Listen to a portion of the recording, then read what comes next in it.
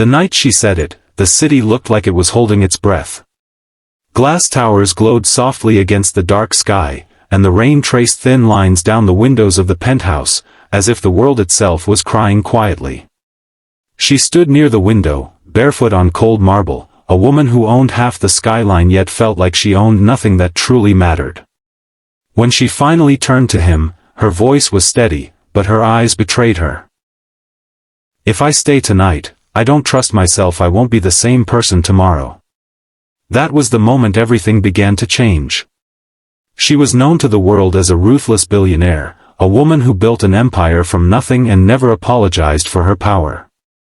Her name appeared on magazine covers beside words like fearless, unstoppable, untouchable. But behind closed doors, behind the perfectly tailored suits and controlled smiles, lived a woman exhausted by loneliness and guarded by years of disappointment. Success had taught her how to win, but it had never taught her how to feel safe. He was her assistant, hired for his sharp mind and calm presence, nothing more.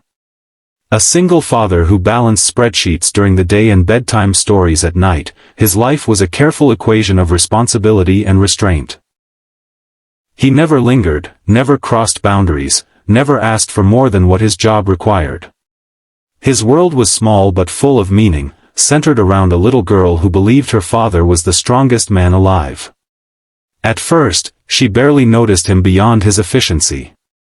He anticipated her needs, organized chaos into order, and spoke only when necessary.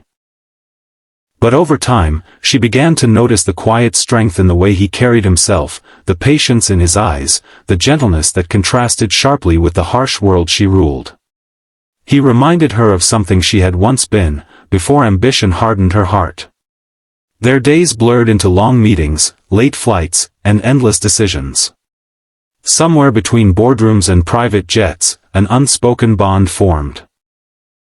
Not romance, not yet, but a deep understanding born from shared exhaustion and unspoken pain. She saw the way his face softened when he spoke to his daughter on the phone. He saw the way her hands trembled when she thought no one was watching. The night that changed everything came after a brutal loss. A deal she had poured years into collapsed in a single afternoon. The press circled like vultures, shareholders demanded answers, and her carefully constructed armor cracked. She worked until midnight, refusing to go home, refusing to be alone with her thoughts. He stayed, not because she asked, but because he knew she needed someone to witness her strength and her weakness. As the rain intensified outside, the walls she had built finally began to crumble. She spoke of her childhood, of growing up invisible, of promising herself she would never need anyone again. She spoke of love as if it were a dangerous luxury she could not afford. He listened without interrupting, without judgment, offering her something rare in her world, presence. That was when she said it, the warning that sounded more like a confession. "If I stay tonight, I don't trust myself I won't be who I am anymore." She wasn't afraid of him. She was afraid of what she might become if she allowed herself to feel again. Vulnerability had always been her greatest enemy. He understood the weight of that moment. As a single father, he had learned that love was both a blessing and a risk. He had lost once before, and the scars still ached on quiet nights. He knew what it meant to protect yourself by building walls, and he respected hers enough not to push. With a calm voice and steady eyes, he reminded her that she didn't have to decide anything that night. Strength, he said, wasn't about never falling, but about choosing how you stand back up. She expected him to leave, to create distance, to retreat into professionalism. Instead, he stayed exactly where he was, not crossing a line, not demanding anything. That restraint shook her more than any bold move could have. For the first time in years, someone saw her not as a prize to win or a power to fear, but as a human being allowed to feel confused and afraid.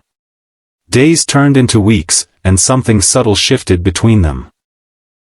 She began to trust him, not just with her schedule, but with parts of herself she had long hidden. He spoke more about his daughter, about the joy and exhaustion of raising her alone, about the quiet fear of not being enough. In his honesty, she found comfort. In her vulnerability, he found respect. But the world outside their fragile bubble was not kind. Rumors began to spread, whispers of impropriety, of a billionaire entangled with her assistant. The board questioned her judgment, and he was offered a promotion elsewhere, far from her orbit, framed as an opportunity but heavy with implication. It was a test disguised as a gift. The tension reached its peak on a night much like the first, the city glowing, the rain relentless. This time, she didn't warn him.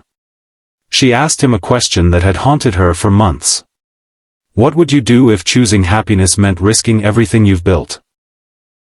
The silence that followed was thick with fear and hope. He answered honestly. He said he would choose what allowed him to sleep at night, what he could explain to his daughter with pride. He said love was not something to steal or hide, but something to build with patience and courage. His words were not dramatic, but they carried the weight of truth. In that moment, she realized how far she had come. The woman who once believed love was a weakness now understood it as a source of strength. The warning she had given him months earlier echoed in her mind, but it no longer frightened her. She saw that staying didn't mean losing herself. It meant finally becoming whole. She made a choice that shocked everyone. She addressed the rumors head-on, redefining boundaries, promoting transparency, and stepping back from roles that no longer served her soul. She supported his decision to put his daughter first, even when it meant slowing down her own world. Together, they faced criticism, doubt, and fear, not as a scandal, but as two people choosing honesty over pretense. The transformation was not instant or easy. There were setbacks, arguments, and nights filled with uncertainty. But there was also laughter, healing, and a sense of belonging neither had known before. She learned to delegate, to rest, to trust. He learned to dream again, to believe that stability and passion could coexist. Years later, when the city lights still glowed and the rain still fell, she would remember that warning she once gave and smile. It wasn't a sign of weakness, but the first step toward courage. She had stayed, and in staying, she had found herself. Stories like this remind us that even the strongest hearts can feel fear, and even the most guarded souls can change. Sometimes, the bravest thing you can do is allow yourself to stay, to trust, and to grow. If this story touched you, if it reminded you of your own fears and hopes, take a moment to show kindness. Like the video, subscribe to the channel, and remember that transformation often begins with a single honest moment. Kindness talks, and its echo can change lives.